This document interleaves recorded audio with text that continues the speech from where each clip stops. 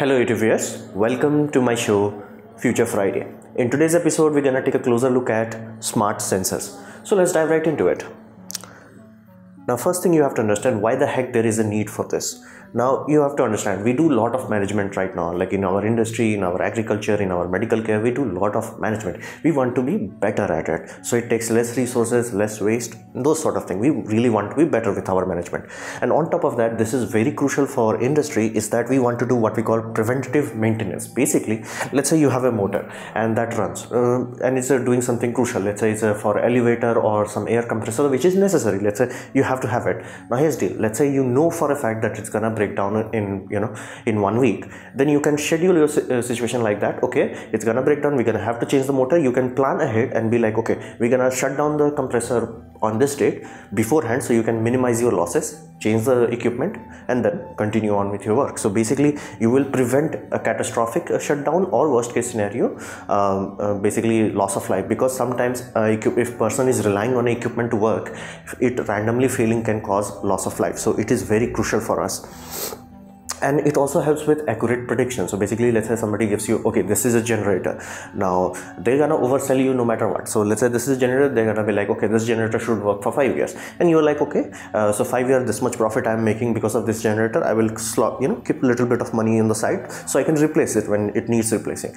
Now let's say you have smart sensor on that, you will know, oh, okay, in 4 years itself it's about to go down. Then you can replace it, because if it goes down while you are in middle of something important, it's gonna cost you a lot of money. And maybe a scenario happens where it's like, you never strained your generator so much that it's like, it's completely healthy, and the time is coming that 5-year warranty is over and you are like, okay, I should change it, but your sensor will tell you are completely okay and don't have to worry about it. So these sort of things is a necessity for better management of society. Then comes the aspect of what the heck smart means. Now you have to understand, we always had sensors. We had sensors from the beginning of industrial revolution. So this is a very simple thing. Like if you've seen any steam engines, these have hundreds of valves, pressure gauges and all that. These are sensors. These are inherent sensors. What makes these sensors into smart sensor is very simple. Data cataloging. Basically what that data is, where it's coming from, you want to catalog it. On top of that, you want to record it. Now this is critical aspect. Let's say you have pressure gauge and you arrange it in such a way that you can just look at it and figure out what's happening, but is it cataloging? Let's say you are running a motor or a boiler and it had a pressure spike. You are not there to see the spike, so how will you know? That is why we want a recording. On top of that, we also want to process it. Now if you have, let's say, a large factory where you have hundreds of machines going on, if you can process that data, it can tell you what is going wrong. Basically it can tell you, hey, let's say it's a cement factory and there is some places where you're grinding stone and that grinder is not working properly. You can only figure it out if you have large processing, because if you don't process it, the best you can get, okay, this motor is wrong. Now does that affect your product? Yes or no? You need to do processing for that. This is why we want to catalog, then record, and then process it. That's what makes a sensor smart sensor. So what do we need for this? Let's say you want to do it, or you want to start a company that does this sort of thing. What do you need? The first thing you have to need is low power wireless technology. Now question becomes, why wireless? Now industry is really chaotic places. If you had luxury to see inside a factory like a cement factory or anything, they are generally very messy places. You really don't want to lay down Ethernet cable or optical fiber there. Like you can do that, like if you are designing it from scratch, you can do that, but if you, let's say, want to retrofit on an existing factory, it's gonna be a messy. So wireless becomes a very crucial aspect. Now we always had wireless, but we need what we call low power wireless. So because if you don't do low power wireless, the problem becomes you need to have a power adapter going to it. That defeats the purpose of not having cables. So we want low power wireless, and this is where Bluetooth comes along, NFC comes along, UHS come along. Like these sort of things help us achieve our low power wireless requirement. On top of that, the device itself, let's say data transmission is only taking few milliwatts of power, and your battery can provide that for, let's say, days to years, but your equipment should consume less, because let's say your mobile phone Bluetooth is consuming very less power, but the screen is consuming too much power. So in those sort of scenario, we have to make sure the device itself, whatever is doing the measuring, be it accelerometer, be it gyroscope, whatever is doing that measurement should also consume less power. This is thanks to, because of large progress in mobile industry, accelerometer, gyroscopes are now like silicon chip size. So we have made great strides in this sort of regard. So now our sensors consume very little amount of power, and we can transmit that data very efficiently on very little amount of power. and high bandwidth storage is needed, because this is a polygraph machine. Now if older days, this is how your everything used to look like. So sensors were analog, so they were giving a feedback. That feedback was recorded directly on a paper using stretch. So you can understand, you have to unroll the paper and then figure out, okay, timestamps. They were like, you know, stretching what time it is, and let's say 12 p.m, 1 p.m, 3 p.m, 4 p.m, things of that way, and then you will find out, okay, from 3 p.m. this happened.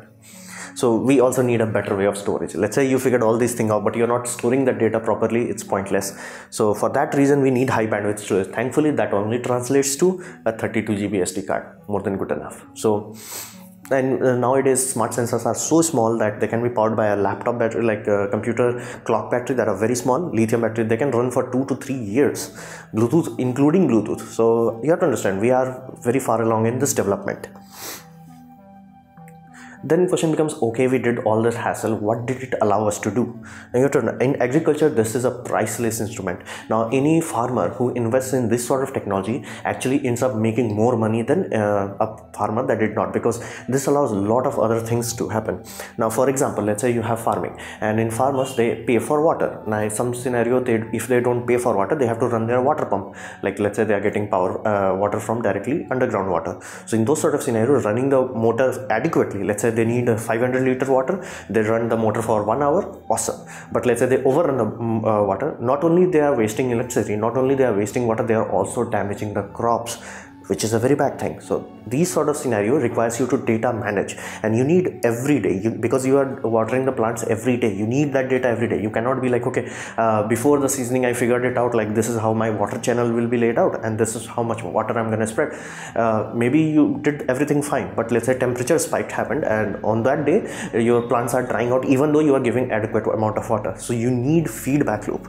This is what we call farming bot. Basically, there are a lot of small projects that you can do on your own, and you can even do with Raspberry Pi and things of that nature. Basically, you can grow a lot of crops in a very confined space, or even increase the production of the farmland you have, because you will know a lot of crucial things like humidity of the soil, temperature of the soil, acidity of the soil, nitrogen level of the soil. These sort of information, if you can get day by day, you can improve your basic productivity and reduce any random loss. Let's say for some reason, some bacteria or virus started to give diseases to your crops and they start dying out, you will get instant message in your system, because something will change. Because let's say either the humidity is changing, because your plant is not absorbing enough water, or your nitrogen will become unbalanced because it's absorbing too much. So it will give you a very early warning, and you can isolate that area. Okay, let's say I have 10 hectare of land, this 100 square feet or 10 meter by 10 meter area is defective, so you can easily quarantine that area before it infects your entire farm. So this is crucial. This is not something like a luxury. We have to have this if you want to make sure that you can feed humanity, all 10 billion of us. We have to improve our production efficiency while consuming less resources, because this will allow you to save water, this will allow you to save crops and have better output. It's better for everyone. And whenever people hear things like IoT, as in Internet of Things, most of you are thinking about, let's say, refrigerator, air conditioners, or things of that nature. This is the where IoT really makes a difference. This is where IoT, if done properly, can make sure that crop prices never go beyond basically inflation. So let's say crop prices will always go up. Like rice, 1 kg of rice will always get more and more expensive, but let's say instead of getting it will match the inflation. It won't go like earlier it used to be 10% of inflation, now it's 50% of the inflation, and 3 years you can't afford a kilo of rice. It won't happen, because we can utilize the resource we have more effectively. This is why it is crucial in agriculture industry, the smart sensor technology. Then we come to industry. Now industry, you have to understand, the industrial machines are very, very expensive, and they are meant to run for a very long time. Now when they classify as a long run time, there are many categories. You can simply go to a person who is building motors for, let's say, elevators. They will tell you, okay, this motor should run for you for 10 years. Then somebody will tell you, okay, my motor is 10 times more expensive, but it runs for 25 years. If uptime is important for you, you may pay that. Now what if whatever motor you bought, you put a lot of smart sensor on that, and it tells you like when it needs maintenance? Because if you do preventive maintenance on, let's say, motor, let's say a motor is consuming a lot of power, how? Is there a lot of load into it? You may think that now, but if you have smart sensor, it will have also multiple sensors. It will have a sound sensor. So if, let's say, start making random sounds, you know, either some debris has gone into the bearings or bearing itself is damaged. Let's say the power factor starts to drift. Now you know the capacitor is wrong. So you can do preventive measurement to make sure even a normal day-to-day average motor like this will run for very long time. Like you can see ABB is making a lot of strides in this department, and they have come across with a lot of packages you can buy and bolt it into your motor right now. If you have a lot of industry running around, you can do this right now today. You can go online, buy this product and do this sort of maintenance. And this also improves safety. If you know, let's say somebody is relying on cranes, and cranes run on motor, they run motor, the motor is running basically hydraulic couplers and hydraulic pumps. So if any point randomly something goes wrong, it can injure people. At best case scenario, at worst case scenario, can end people's life. So we have to make sure we know how things are going. So in case of a motor, which is basically backbone of everything, so if you can detect it, basically what kind of sensor you need basically accelerometer, you need temperature sensor, you need basically electrical amp meter. If you are collecting all that data, you can easily tell you know, your company is like, hey, I think motor number 5 is about to go down, please change it before it goes down.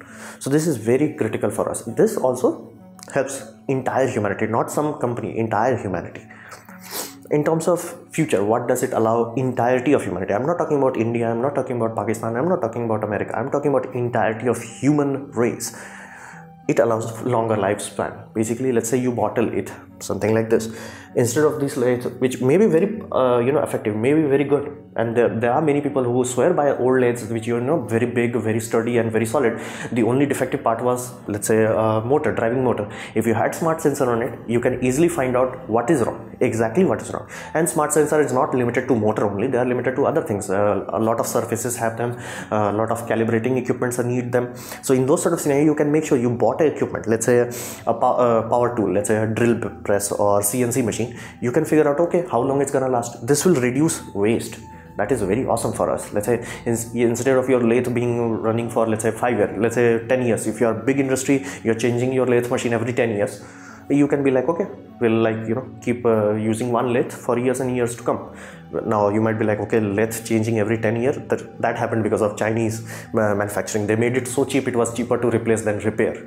Now repairing requires you to figure out what's wrong. Smart sensor will take care of that stage. So at that point you can make a very informed decision that is it worth to change or is it worth to do basically repair.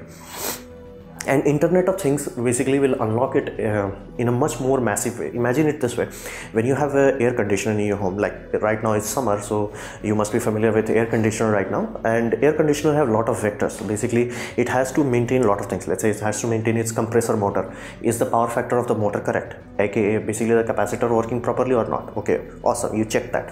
How hot is the motor? Let's say there are two motors. One motor would be the inside on the in a split AC, one motor would be in the inside, another would be on the outside. Now is the outside within tolerance? Let's say it was meant to work upwards of 70 degrees Celsius but is going to 80 degrees Celsius, then you have to figure out something wrong has happened. Let's say there is white paint on air conditioning unit to make sure it reflects light, but let's say water has eroded it and now it's gray, it's absorbing a lot more heat. You can fix it before it gets bad. This is why, like, Internet of Things will allow us to do smart sensing. Smart sensing will allow us to use resources which we have already. Right now we can use those resources much more effectively for much longer time, and this will make a very drastic improvement in our quality of life regarding heavy equipment, basically big motor pumps, big compressor units, basically anything that is big, bulky, expensive, and agriculture. It will make a lot of basically life saving kind of equipment decisions for us, and agricultural benefit cannot be understated anyway. So this was my presentation on smart sensors. I hope you liked it, learned from it. In that case, please click the ad shown in this video, that will directly help me. And if you didn't like it, don't worry about it, you can press dislike. I would urge you to press it twice to show me your extra disappointment, and please leave a comment because I reply to all of them. Subscribe, press the bell icon if you're free, and as always, thanks for watching.